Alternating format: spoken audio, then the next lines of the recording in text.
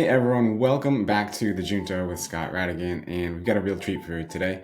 But first, this episode is brought to you by Origins Incubator, the premier physician mentorship program for functional, integrative, and personalized or precision medicine physicians in the space. It's legal, clinical, and practice building, and it's all wrapped up in a nice bow with tons of support, a big community.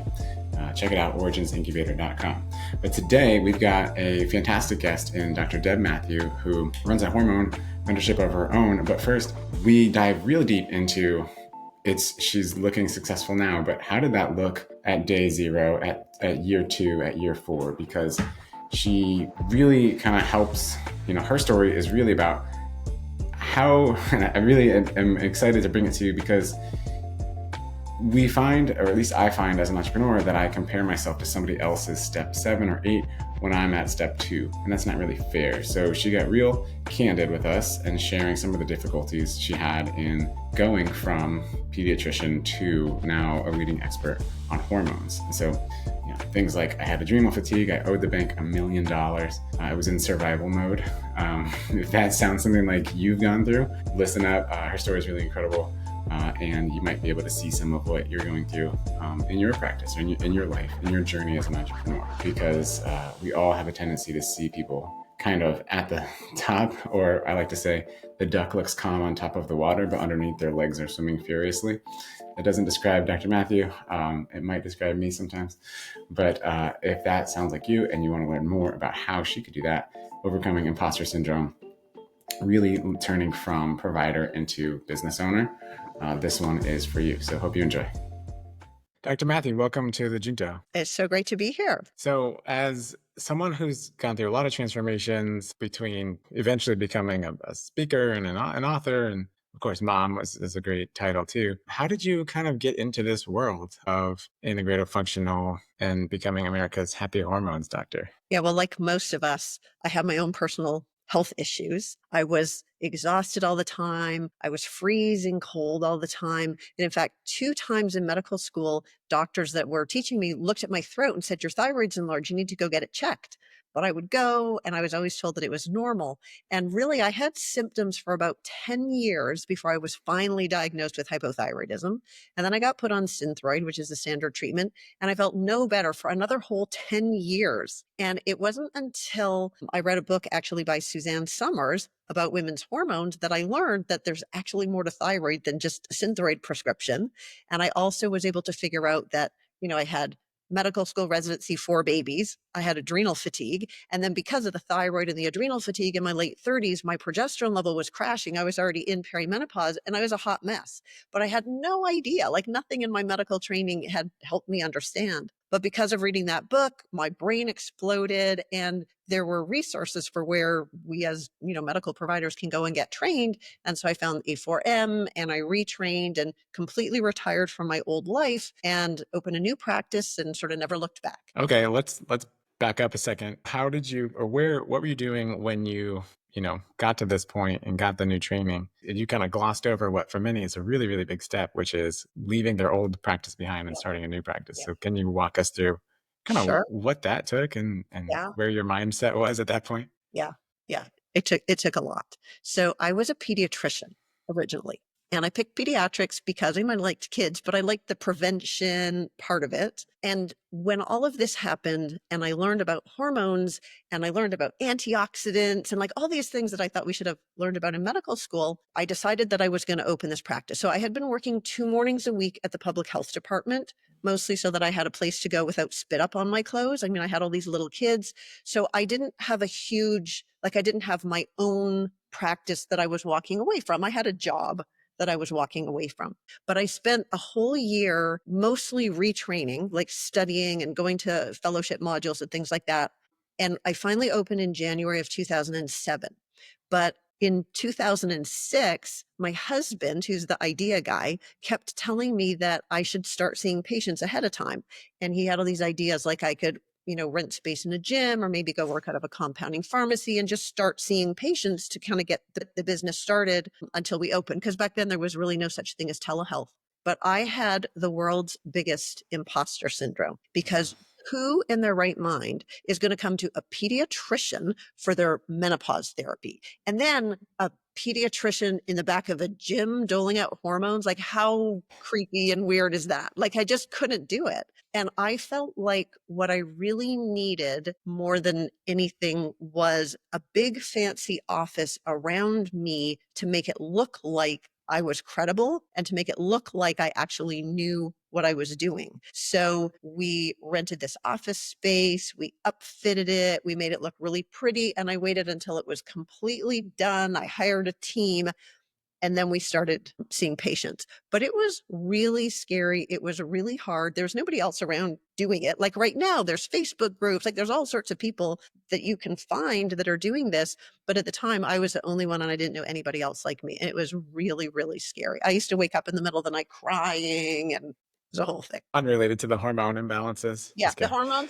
the hormones were fixed. It was Yeah, the fear. sure. Yeah, how did you kind of get over the imposter syndrome? Was it having just a nice brick and mortar location to fix? I can't imagine it was that easy. No. And the darkest moment actually was January of 2007. And I remember the moment. It was a Thursday night, about 9 o'clock. I'd put the kids to bed. I was sitting at the kitchen table with my husband. I had my laptop open, I had a stack of bills beside me, and we were just looking at each other, and there was dead silence because that was the moment that it really hit me that I owed the bank $1 million. Like that first year, I was so into my imposter syndrome, right? I had to have all the fancy stuff around me, but we spent all this money and like the business didn't swarm in the way I guess we had imagined it would. And we were sitting there like we didn't know if we were going to go bankrupt, if we were going to lose our house, like how are we going to feed our kids? Like it was a really scary moment. But what I knew was that I loved what I was doing. My patients were getting better. They were referring their friends and family. There was nobody else for them to go to if I shut down my practice. I knew that I loved what I was doing. I just had absolutely no idea how to get out of this predicament. And what I decided to do was to keep going forward. I was locked into this lease that, I had 4 more years on my lease, but my husband is an anesthesiologist. So he went out and he did a bunch of locums. I took a job as the medical director of a med spa just to like keep the place afloat. And I just worked to pay off the loan. And it took me 7 years. So for 7 years, I worked, I funded my 401k, and that's all I paid myself. And in the beginning, I sort of made myself feel better because, when you have a cash practice, other people out there looking could sort of say, oh, you're just out for people's money or, and at least inside I knew, well, I'm not making any money whatsoever. Like that made me feel better. And I used to tell myself that it's better to be a good person than a good business person. And that made me feel better. But, it gets old and it got busy. Like I was seeing lots of patients, getting lots of referrals. I had to hire more staff. I was running constantly all day long. I didn't get bathroom breaks. I didn't get lunch breaks. I'd bust out of the door at the end of the day to get home to my 4 kids. And then I had to put on my other hat, which was the professional chauffeur to get them all to the different soccer practices. And like, if I could get the right kid to the right field with both shoes on, it was like a successful enterprise. And then I'd get home at night, and at 11 o'clock at night, I was up charting just to get caught up so that I was ready to go the next day. And it was miserable. And this is not what I signed up for. It was not fun. I was overwhelmed. I wasn't living authentically. Right here, I'm talking to my patients. Oh, take care of yourself and get enough sleep and meditate. Like I was in survival mode, but I didn't know how to get out of it. And at that 7-year mark, I paid off my last loan, like my last loan payment. It was May of 2024. And I remember like that moment of like seeing it on the statement, like the last loan was paid, and it felt really good for like 10 seconds until I sort of looked around my office. I had some employees who were bickering with each other, and I had, all the stack of notes to do. And I sort of realized like, this is not what I signed up for. And all that work, and like, here I am. And what changed everything for me is that's when I found a business coach. And getting business coaching turned everything around. Wait, let Now, me pause you there if you don't mind. We'll come back to business coach in a second. What was the business model that was 7 years in, and yeah, that's was it such a fee great for question. service? Well, so we were going to do programs and then transition people over into memberships. But when I opened, I knew nothing about business. I knew nothing. Like no bank had any business giving me a business loan. I didn't know what the hell I was doing. So I didn't know how to talk to people about money. I didn't know how to sign people up for programs. Like I didn't know how to talk about memberships. And so, people would sign up for a membership and then like 2 months later, they'd call back and they said, I don't really know what I'm getting for my money. Like I didn't do anything this month, and they'd cancel. And our memberships were $35 a month. It was like nothing. But but because I felt so uncomfortable talking about money, it just didn't work. And so my impression at the time was, oh, well, this doesn't work. So we went to fee for service, right? We just charged for the appointments. It was easier for my brain to wrap around. It was easier for the patient's brains to wrap around. But fee for service is just the treadmill to nowhere. And that's where you have a ceiling. Like the only way to make more money is to see more patients. And I just wanted to lie down in the middle of the hallway and cry because I was so overwhelmed and I could not possibly see like one extra patient because I was maxed out and totally not profitable. And let me just say one more thing about that. At the time, I was speaking at conferences. I was speaking internationally. I was like involved in my state integrative medicine organization. Like people from the outside looked and thought like, oh, this is like a really successful practice. She's doing really well. And it was really embarrassing. I didn't want anybody to know. Like I felt really ashamed. Like it was my dirty secret that I had that I wasn't paying myself, even after all those years. It's a really not nice place to be. And I know that I am not the only one out there that has experienced it or maybe experiencing it right now because you feel like a failure. Absolutely. And I know that I've not, you and I know, but I've heard this actually recently that somebody says, oh, you just started cash practice because you're out for the money. Make more money, probably as an employee. Yeah. And it's guaranteed and you don't have the heartburn of like it's up and down, month to month. And Right. So, okay, you're at that point, it's fee for service and it's embarrassing, and money, emotions, and our guilt and fear and shame around money is probably another topic for another day, but unless you want to dig into that. So then was it at that point that you were like, all right, let me find a business coach? yeah, I found a business coach and it was like serendipity that the May of 2014, my last loan payment, and June of 2014, I found the business coach and their monthly fee was exactly the same thing as what my bank loan had been that I'd been paying all these years. So I just switched from one thing to the other. And, it really was a really big investment at the time to sign up with the coaching company, but I had to do something. And even though I had no money and I had like nothing, I didn't know how I'm going to pay for, this coaching other than like not paying myself. But it was the best thing ever because they taught me how to talk to people about money. They taught me how to run a team because I didn't know how to be a good manager. Like my team wasn't doing what I wanted them to do. And I'd say, I need you to do this. And then they didn't. And I would just throw my hands up in the air and feel defeated. And like I didn't know how to be the leader in the practice. I didn't know how to get my employees sort of on board in the mission. So I learned so much and the revenue just went up tremendously because all of a sudden people started signing up for our programs and memberships. And I remember the first piece of advice that they gave me was to bump up the price of these programs because I still had the programs. Like we didn't get rid of them, kind of going back to fee for service. We just made it a choice. And of course, if you have the choice of a program or just paying for an appointment, everybody picks paying for the appointment. But the first advice they gave me was to bump the cost of the program by $300. And I remember it was so scary. I remember being on the phone with my coach. I was like lying on the bedroom floor talking to her, sobbing because I was so scared to raise the price by $300. But it worked. Like because I learned, because they gave me the words, put the words in my mouth, how to talk to people about it and how to show them the value in what we were doing. Because the reality is, if we can get them to do a program, we can pour so much more into them. They will get so much more out of it and they're going to get much better results, especially, if they get started and they don't have perfect results right away. A lot of times they don't want to come back and pay you anymore. They just cut their losses and leave. Or now, they've made a commitment, you've made a commitment. So now they want to come back and get their money's worth, and you have more options to keep working with them and help them to get the great results. So everything turned around right away and we became profitable. I was able to hire more practitioners. And now I've gotten to the place where my practice really runs without me. So I have practitioners who are fabulous. The patients love them. They don't need me for the clinical. I've got a management team. So I still oversee things. I still do go in and see patients because I want to still be relevant. Like if I don't see any patients, then I sort of lose, I no longer in touch with what's going on. But what I do is I see patients 6 days a month. So I pick 6 days on the calendar. Those are my patient days. I travel about a week a month. I have admin days where I actually can breathe. And because I have the space and I don't have to see patients all the time, now I've really turned to what my passion is, which is helping other practitioners, because I can help so many more people if I'm helping practitioners who are each helping so many people instead of just me one-to-one across the desk with one patient. Yeah, that's great. So 2014, you hired a coach or coaching company.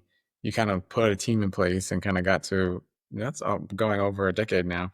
But and I want to kind of go from 2014 to today and helping other providers, and we'll get there in a second. But how does one, because I know a lot of our listeners are curious about this too, but how does one with imposter syndrome, pediatrician, and you didn't actually make it to the back of a gym, but a pediatrician who probably wouldn't feel super comfortable moving into hormones and menopause, turn into an international speaker? So you were saying, right, that in that 7-year period, although it seemed like you were making a lot of money because you were getting acclaim. How do you get onto like the speaker? So how did you go from pediatrician to now international speaker on, was it speaking on hormones or something else? Yeah, it was on hormones. So I think I was overcompensating.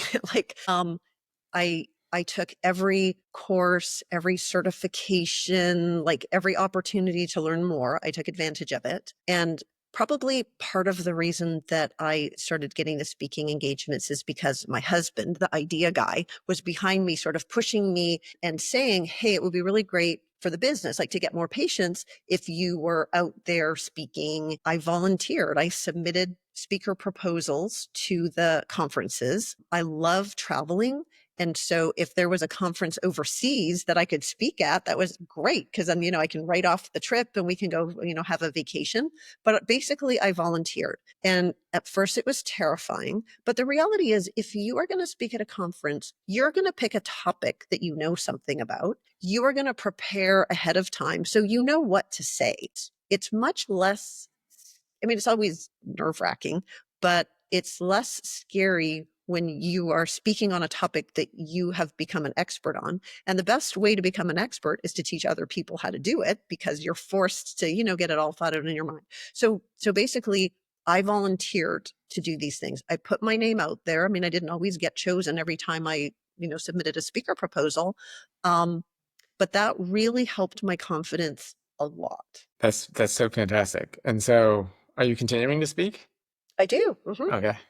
Excellent. Yeah. Yeah. If So, anybody knows any international conferences that need speakers, let me know. right. Particularly in desirous areas. That's right. That's right. So then, all right. So now you're in a place where, or at this point in our story, at least, you're in a place where the practice is kind of, self-managing, or at least doesn't require your daily attention or minute to minute attention. And you are focusing too now on helping other providers. Yeah. And maybe even could we talk about that inflection point? Because Yeah. we got this business coaching and the practice now is running like a business that works, and, we can make payroll and, and that was great. But there was another moment when I realized that I wanted to do more, and I wanted to, not have to be in the office seeing patients all day, every day. And that was another moment where I was in a mastermind, a business mastermind. I'm usually in 2 different business masterminds. I will never not have business coaches. Like that's just been I believe that the reason that I have been so successful in my practice is because I have invested in myself and in all of these business speaking, copywriting, all of these things that they didn't teach us in medical school. So investing in my own personal growth, I think, has been like one of the most important things that I've ever done, other than like actually learning how to do functional medicine.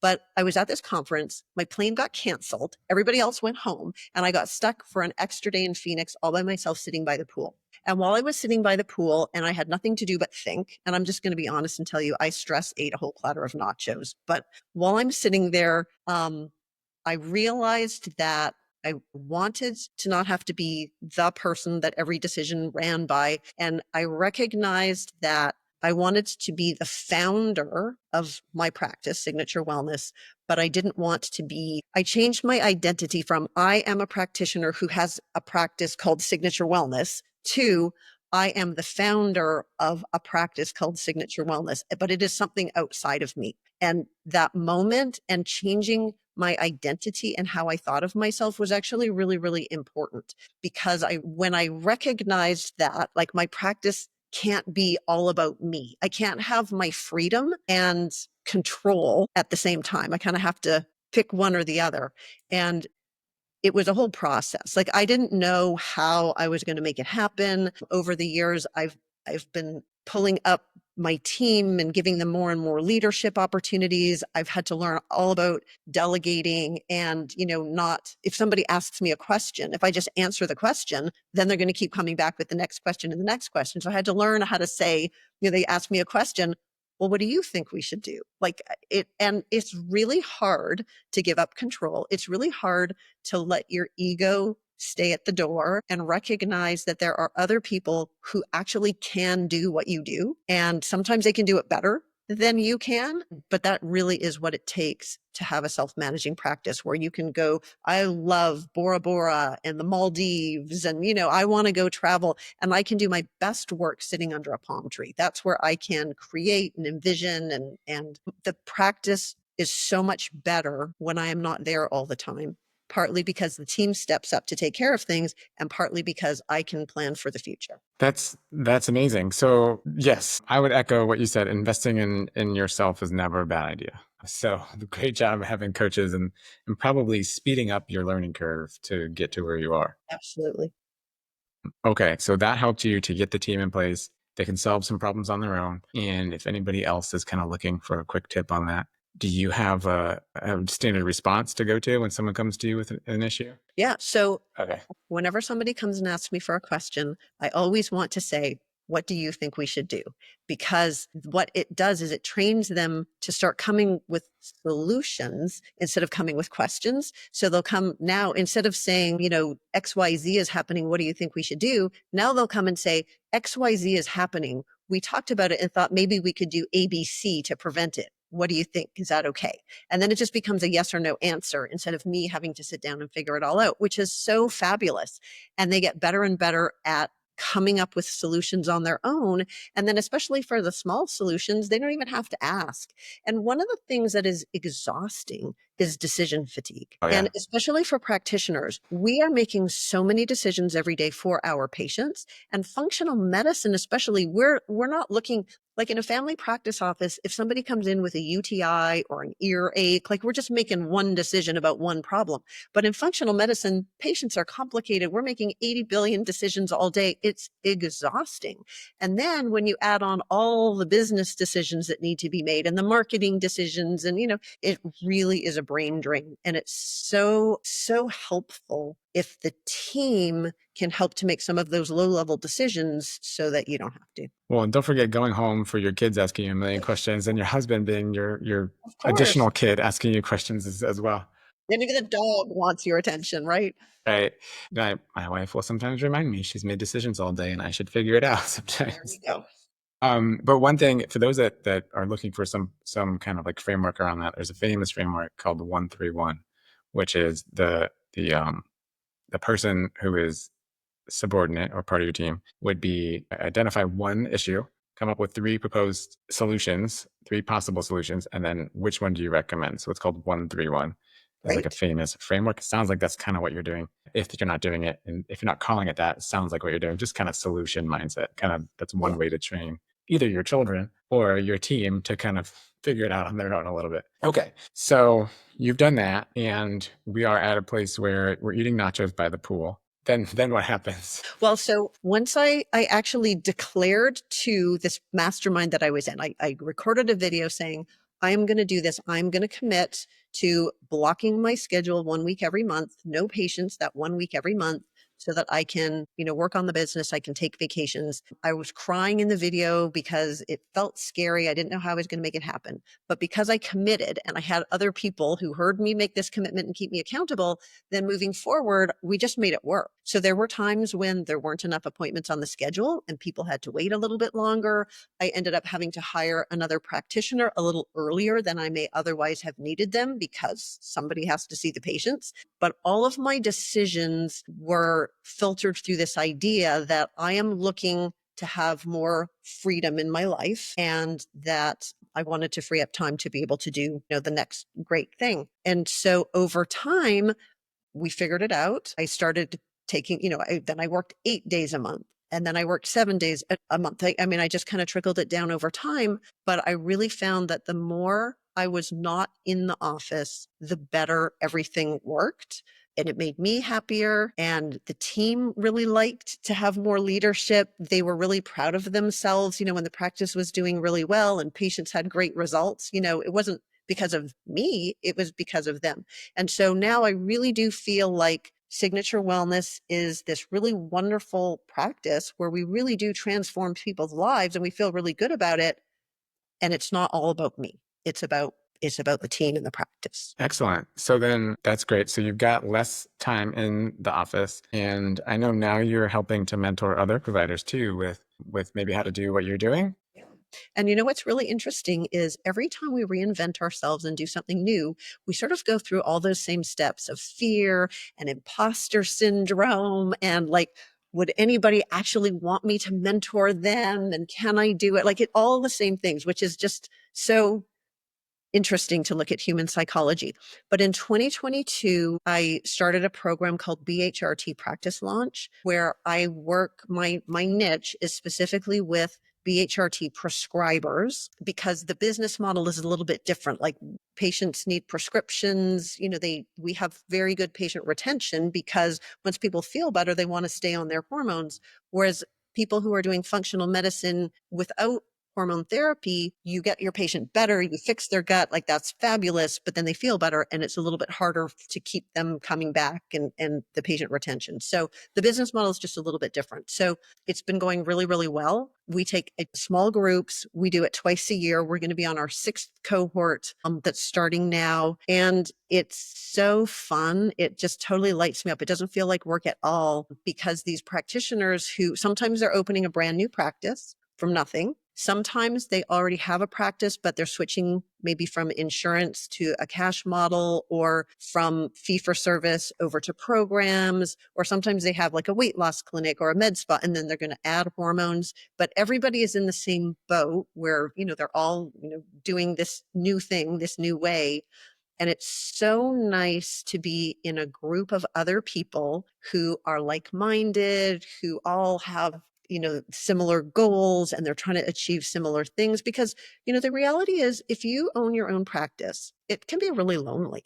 You're by yourself. You don't really have anybody else to talk to. You don't really have anybody else to run things past. And so a lot of people turn to Facebook groups to ask questions, but that's very impersonal. You don't even really know the people that are giving the answers. Like, should you trust them? Do they know what they're talking about? So I think that it's been really, really empowering. First of all, I already made all the mistakes. I paid all this money for equipment that was a waste of money. Like I've made every mistake you could possibly make. So I can spare people a lot of pain of making the same mistakes. And we can get them into a cohort of other people so they can have their little community. And then even when the program is over, they still have their people that they can turn to support each other. And that's been really, really nice. Yeah, that's huge. I know you guys know that in health, community is huge for health indicators or longevity at least. Yeah. And certainly especially when this is like a new territory for people who may not call themselves or identify as good at business, to kind of go into this uncharted or unknown or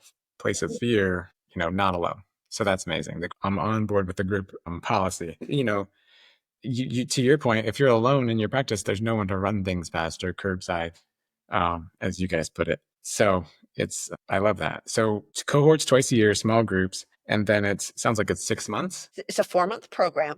And we go through what I call my PTSD formula, because I'm trying to prevent other people from having the PTSD of getting themselves into $1 million of debt and having to work without pay for 7 years. And the P stands for programs. So we put together programs. What should they include? How much should you charge? Should you include labs or hormones or whatever? The T is for tell, which is the marketing message, because the messaging is the most important part of our marketing. Who are you? Why are you different? Why should they see you? Why can't they get this under insurance from their gynecologist? What is bioidentical hormones? Are hormones safe? And we all have the same marketing message, right? I mean, who are you? That's going to be different for everybody. But a lot of what we're going to use in our marketing is the same. So you don't have to reinvent the wheel. And then the S is for scripts, because one of the biggest things for me was having words put in my mouth. What can I say in order to help people understand why doing it this way in a program and doing memberships? Why is that so helpful for them, the patient? Why would they want to do it? We have scripts for discovery calls and scripts for when people come in for wellness consultations that I've used these scripts for many years. I've trained my staff, and now over 60 other practitioners have been using it too. And so the scripts really work, but that really changes things to have the words put in your mouth. And then the D in PTSD is for delivery. So great, somebody signs up for your program. Like, now what? What paperwork do you need? What handouts? What do you do at the first visit, the second visit? And how do you make it a program? Because this is something that, two things that practitioners really struggle with, other than talking to patients about money, which is really hard for practitioners. But one is trying to envision what should they put in a program, but also what makes something a program instead of a series of appointments. Like, to me, a package is you're prepaying for a series of appointments, 4 chiropractic treatments or 3 IVs or, 2 office visits. But a program is something very different. It's a transformative process. It's not going to be the exact same thing for every person. And so that's hard for practitioners to wrap their brain around. So we kind of walk through exactly what would that look like. Yeah, that's amazing. I could spend all day talking to you. I know you're very busy, so I want to respect your time. If you're a provider that is interested in that and wants to learn more, it's called BHRT Practice Launch. Is that the website too? It doesn't really have a public website. The easiest thing, if somebody's interested, is really just to reach out to me. So, I'm on Facebook at Dr. Deb Matthew, or my email address is Dr. Matthew with 2 T's and no S, Dr. Matthew at signaturewellness.org. Dr. Matthew, not the word spelled out. So Dr. Matthew. All right, great. Thank you, Dr. Matthew, for sharing your time with us and sharing your expertise and honestly just being so open about the struggle that is being a business owner. And a lot of times, especially just starting out, and you may see this too, we like to, as humans, compare ourselves to others. And what I find is that a lot of people compare their step 1 to somebody like you, who's now at step 10 or 12. And they feel inadequate. This is an international speaker. Of course she's, they come up with all these rationalizations. Like, of course she's successful because look at her. But that wasn't always the case. So I really appreciate, and hopefully if people take nothing else, that honesty and vulnerability that you share with us today. So really, really appreciate that. Anything else you want us to know before we let you get back to your busy day?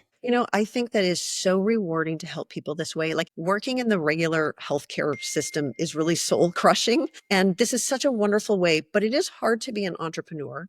If you want stable, guaranteed income, you need a job.